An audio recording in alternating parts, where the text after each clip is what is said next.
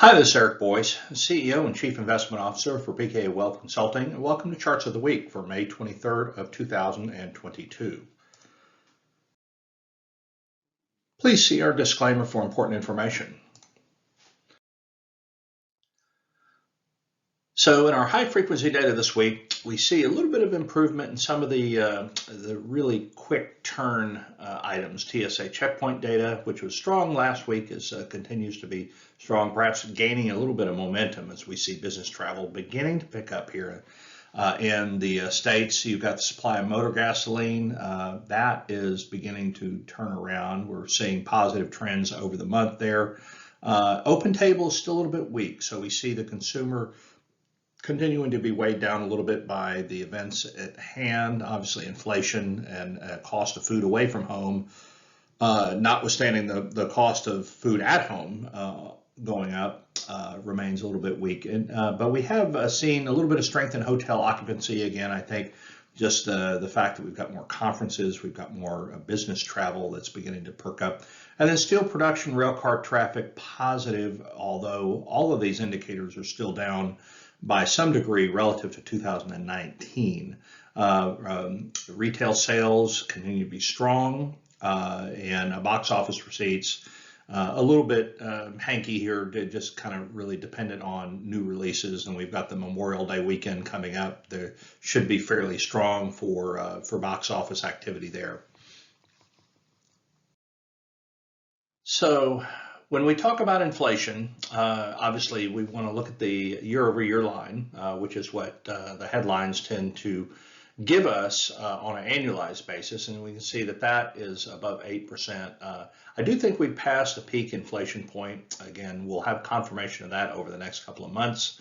We want to see a clear downtrend. We've got some other data that kind of ties into inflation and charts a little bit later on in the pack, but here month over month you can see the data beginning to turn a little bit here, and year over year obviously very high. And then you've got commodity prices, which we've been following for quite some time. You've got two very important components here, which is oil and foodstuffs, and we know oil is oscillating around a high level now, and a lot of it has to do with demand questions in the face of constrained supply. Now, obviously, we've not responded to the demand here in the States with increased production. We've got a lot more fiscal discipline on the part of domestic oil producers, but also there is this perhaps some concern that we're going to have some demand destruction by virtue of higher prices and the inflation that we're seeing at hand. But you can also see foodstuffs here.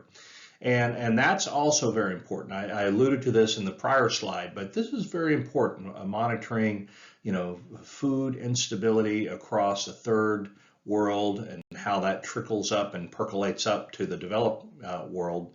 But that's a real problem right now.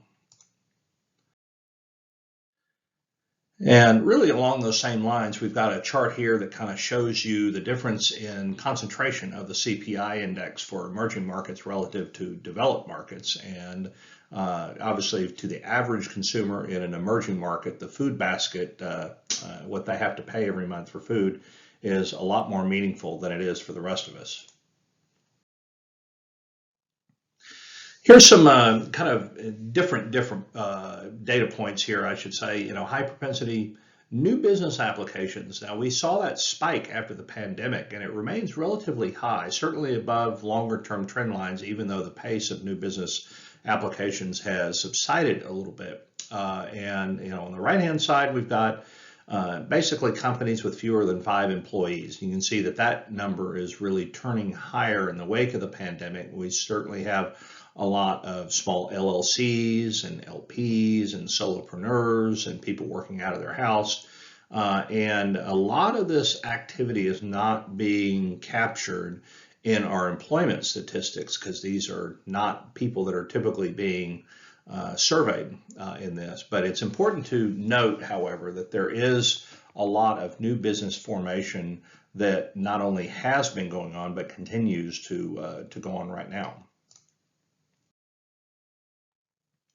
Here's a quick check-in on a couple of things that, one thing, obviously, in airfare is a big deal. Airfares were up 19% in April alone. You can see that on the right-hand side. Left-hand side, you've got rental prices.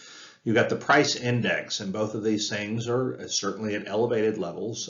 You see the year-over-year change in price for car and truck rentals actually going down.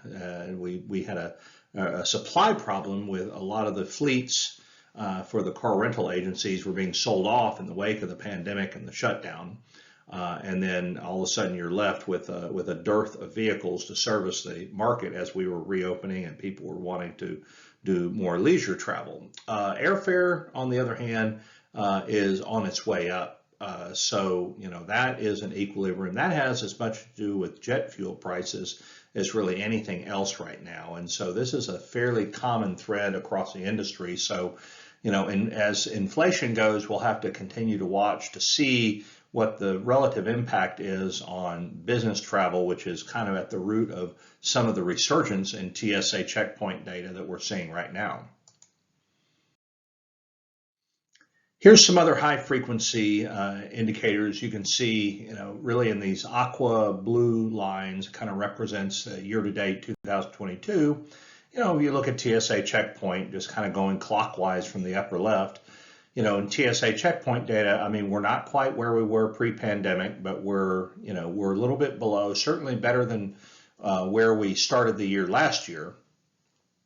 Although, those lines as we get later on in the year will begin to kind of coalesce to some degree. Rail car traffic, you see a little bit noisy in terms of the presentation here, but we're a little bit below where we were last year, but kind of heading in that channel of the expected range.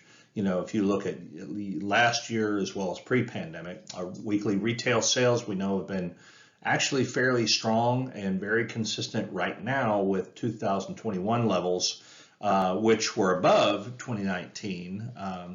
And obviously that's something that we're very concerned with, to see the sustainability of retail sales. Hotel occupancy pretty much in line. Open table we've already talked about, a little bit weaker. You can see that trend kind of flatlining right now. And then staffing we know is exceptionally strong right now.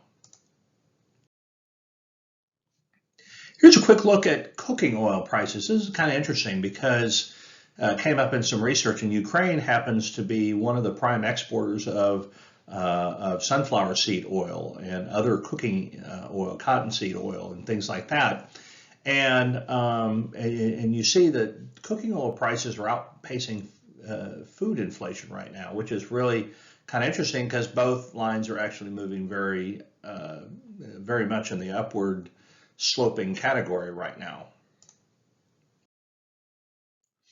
Here's a quick look at credit card debt. We've been talking about the financial conditions index being very weak, and it has, and maybe we've seen just a tad bit of moderation lately, but what's happening here is the savings rate, now that we don't have any more government surplus, the savings rate's going down. At the same time, people are spending down some of these savings, and they're also putting more on credit card debt. And you can see where that has begun to kind of spike once again after the pandemic, even though the last data point was for a modest downtick. Here's the Empire State Manufacturing Survey and business conditions. So this is the sentiment indicator for this particular survey. This is the New York Fed in their business conditions survey, and you can see that it's off quite a bit. Last survey data point reflected a pretty dramatic downtick actually to the negative. So this being a diffusion index would indicate some measure of contraction here in the Empire State region. At the same time, number of employees is going up. So you still see hiring and labor being very strong, more people re-entering the workforce for available jobs that are out there. And there's still a ratio that's very much in favor of, if you are unemployed, there's more than one job out there for you. Here's something that I tend to be amused at because it is the lifelong struggle for economists to try to predict the future. And sometimes they're right, oftentimes they're not. In this case, this is an indication of the pace of actual inflation relative to the forecast that underlied it. And so you can see basically in 3 month increments, these different colored lines where economists thought inflation was going to go. And if you go back to really in the earlier parts of 2021, people thought that inflation was going to remain pretty benign. And then when inflation perked up, they thought, oh, well, this is transitory because that's what the Fed's telling us. And then surely inflation is going to go down. Well, now we're of the realization that there are certain elements of this inflation that are certainly not transitory and will take quite some time to kind of filter out. But we do see in this latest data point, continuation of this theme that inflation will begin to moderate, maybe as soon as the next data point, and begin to, head down as we get towards the end of the year. Now, the big what if is where we're going to end at the end of the year. And so obviously if we're over 8% now, if you half that, that's still well above normal, but it's a heck of an improvement over 8. And I think the market's really looking for some direction on this right now. There really is a lot of speculation on inflation, and it's just a flat unknown now. And I think most people have bought into the notion that if we're not at peak inflation, that we're fairly close to it. But I think the confirmation in the data points will help provide a little bit better sentiment out there. I mentioned this a couple of minutes ago. The financial conditions index obviously has been in a very wholesale way negative. We see the year-over-year change here. There's other indications. There's a Bloomberg survey that's actually still quite weak. The Goldman Sachs U.S. Financial Conditions Index, at least on a year-over-year basis, looks like it's perking back up. And I don't mean to use selectivity bias in this, but the Bloomberg chart was a bit noisier and harder to read. But I think it's fair to say that financial conditions are not great. They might be improving. They're still fairly weak, but we'll take any uptick that we see on an incremental basis. Here's a quick check on retail sales. So, again, retail sales continue to be relatively strong. They're in different categories, so we need to understand the derivation of this data. Obviously, there's retail sales at gasoline and 5 and dime stores, where gasoline sales are up quite a bit, and that's primarily because of price. We haven't seen the elasticity issue come to play yet in gasoline. So gasoline is still, commanding a high price, and people are still paying it basically. But we are seeing some traction in some other areas, like say retail and whatnot. So you do see that as of April, the April data point, we're 5% above trend in the pre-pandemic relative to the trend that was established before the pandemic, I should say. And again, these are real retail sales. So this is netting out the impact of inflation.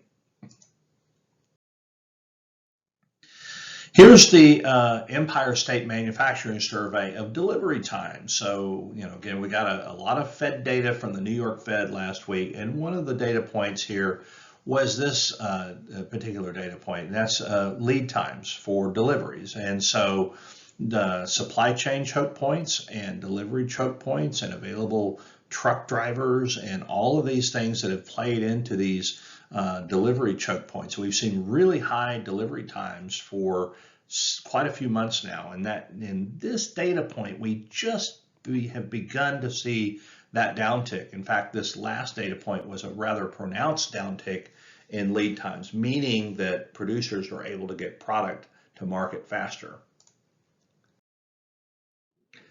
Now we're going to turn our attention to the markets, the investment markets. And here we have the S&P 500 real earnings yield. So this is basically the, if you call it earnings divided by price.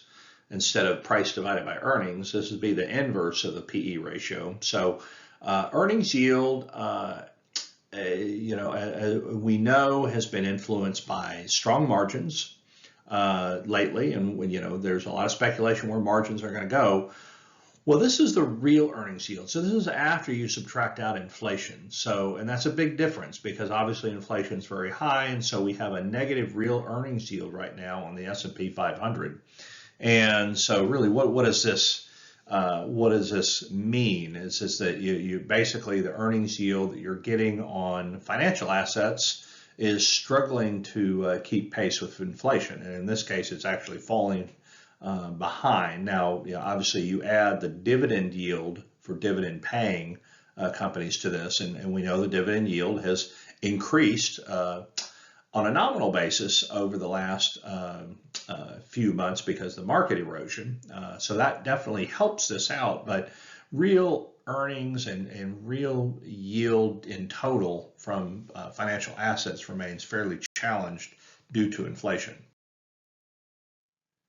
Well, continuing to look at the S&P 500, here we have an index to prior rate hikes. So this is basically that little yellow dotted line in the middle represents the point at which you have the first Federal Reserve rate hike. And so, what I was talking about, several months ago, before we even knew that Ukraine was going to be invaded by Russia, which did complicate things, you typically do see better performance out of the market after you get past that first rate hike. Even though you have some turbulence before and slightly after that, you can see in the kind of these spaghetti strands that are kind of almost grayed out here, you can see that the trend line for prior rate cycles is for the market to go higher once you get past a period of time.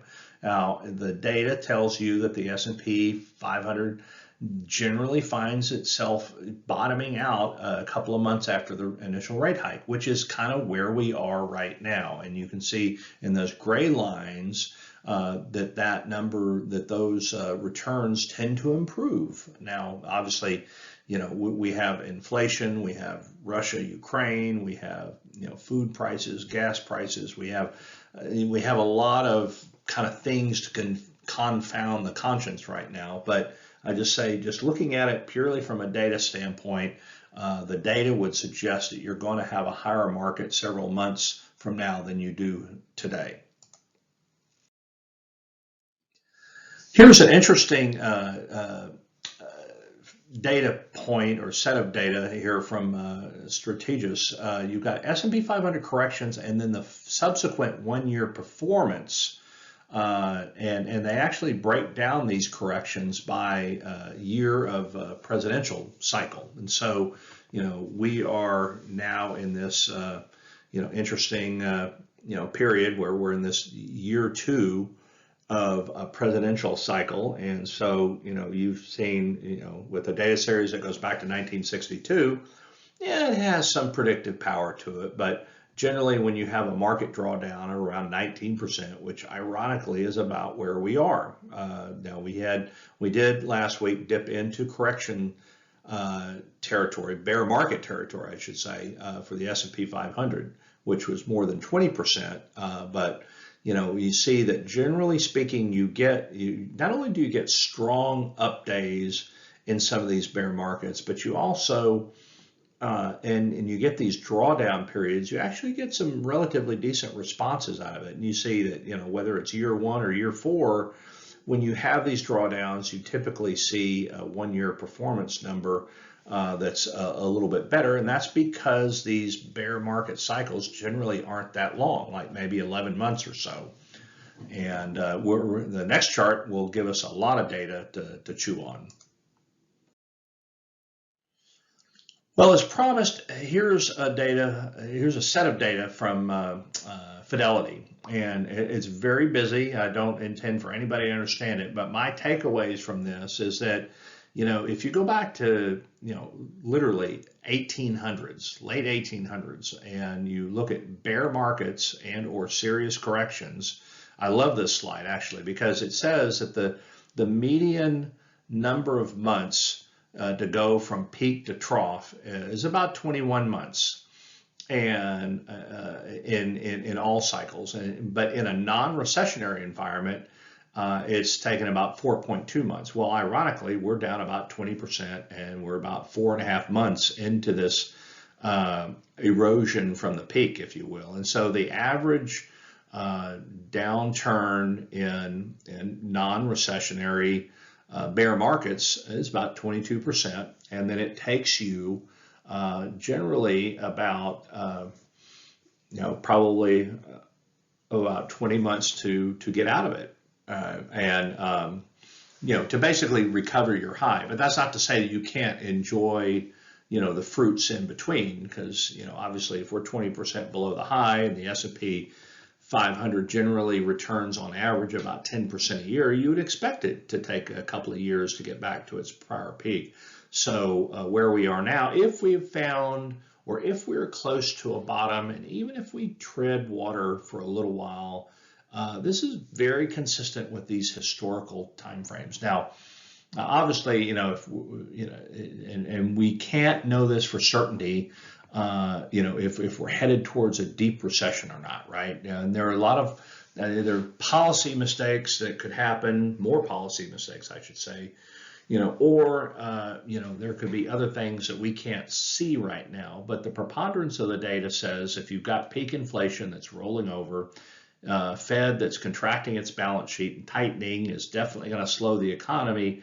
But if you can navigate through that into a softer landing, or maybe even a mild recession, then your prospects longer term are certainly much better.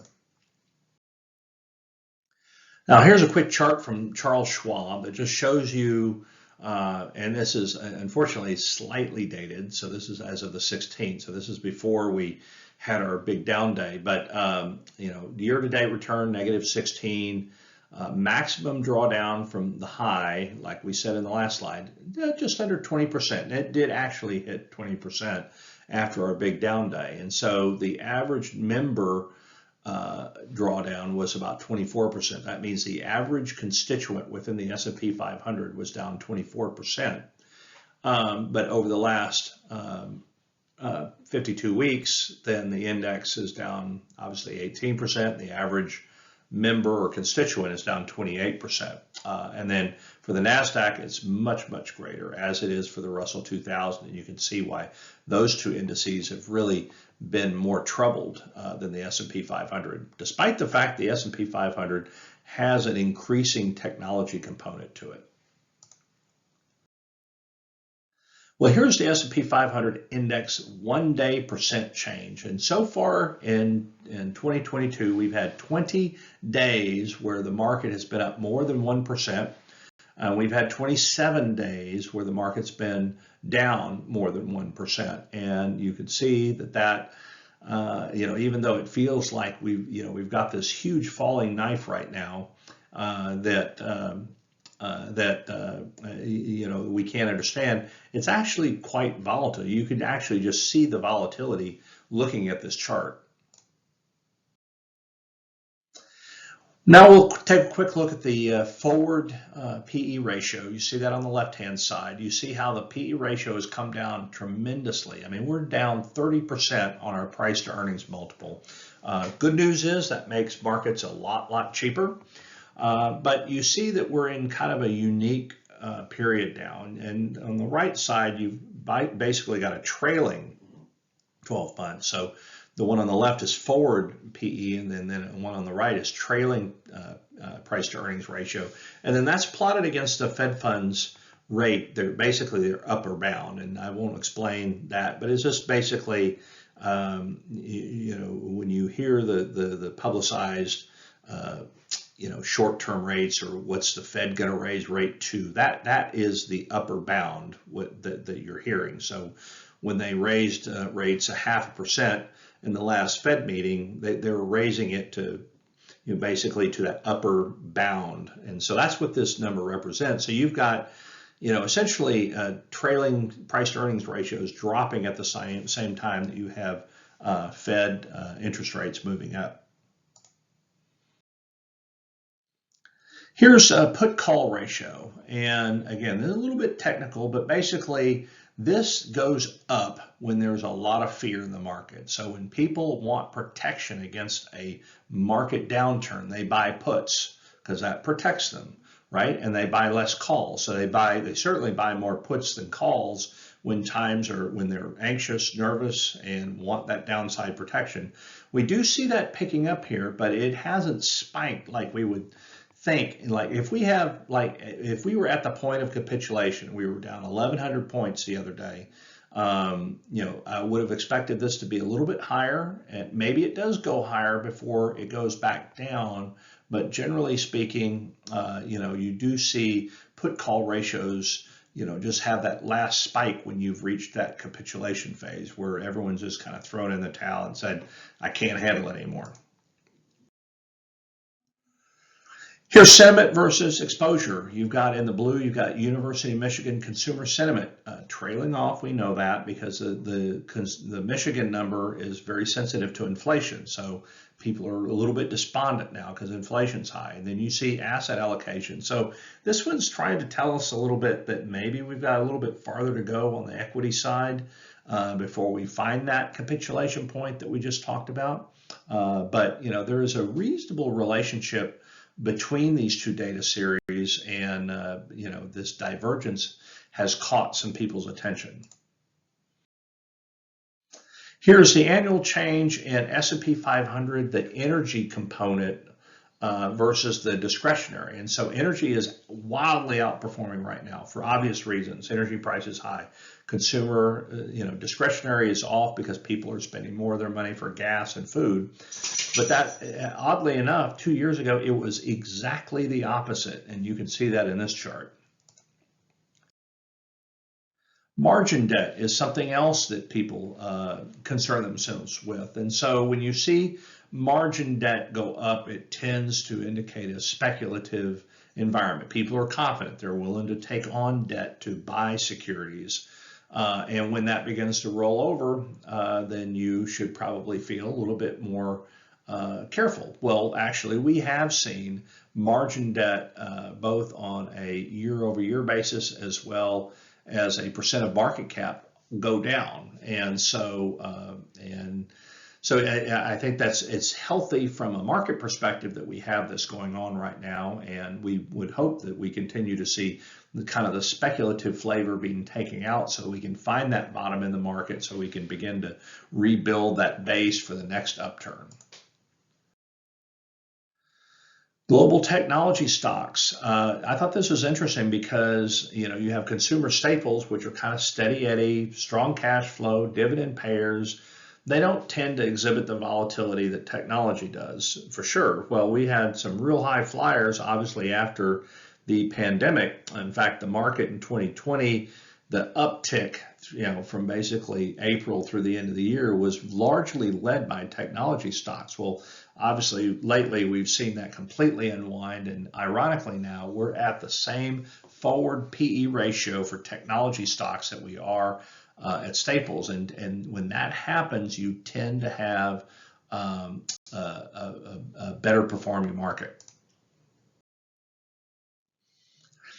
Well, just the magnitude of what we've seen here is depicted in this chart. This is the S&P 500 moving averages. This is kind of a technical indicator. So we've seen the 50-day moving average.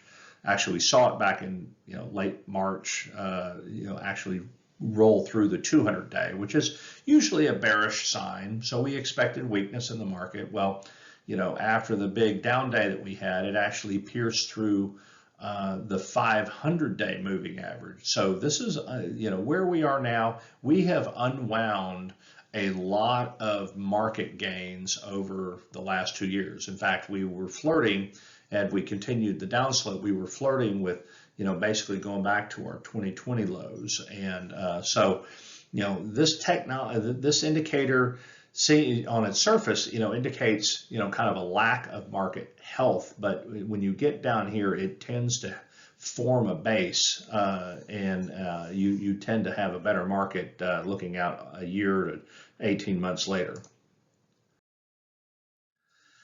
Here's a dollar index. Not much to say about that. Obviously, the dollar has been strong and it's just now rolling over. So that's an important feature. Important because you've got exporting firms here in the U.S. that are essentially non-competitive right now because the dollar is so strong, which makes their exports a lot more expensive.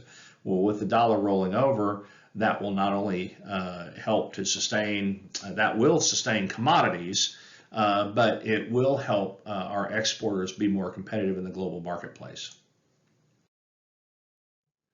Here's nominal yields and inflation expectations. We have, the five-year, which is essentially the expectation of five-year inflation 5 years from now, is still really stuck in that kind of that 2.5% range, and that's been very stubborn. So that is good because inflation expectations have been somewhat anchored, despite the fact that nominal yields have just gone through the roof. And so this does mean revert. And so if these inflation expectations are really anchored at this level, then we would expect yields to come back down. And this would also tell us with a 10-year, anytime a 10-year yield gets above 3%, if we're not going to go much higher on this inflation expectation, that would be a buy signal for longer term fixed income. And here's our bond market. We have seen a lot of interesting forecasts come about, obviously born out of inflation. But this I think will just serve to kind of reinforce my theories on the bond market. Obviously, the market at the long end of the curve is still struggling to figure out what to make of this inflation. Where do we go from here? But long-term inflation expectations, as we just saw, are extremely well anchored. And so with that in mind, knowing that longer-term rates are going to be stuck perhaps around 3 to 3.5%, maybe, that tends to suggest that we're going to have a somewhat flat curve here, and that you don't that you see a flattening out in these so-called 2 to 10 year curves and the 3-month to 10-year curves. That we're likely going to see a flatter overall environment in the bond market for the next several years. That's all we got this week. I hope you've enjoyed this presentation. I'd love to hear from you. Have a great week, and we'll talk to you again soon. Bye-bye.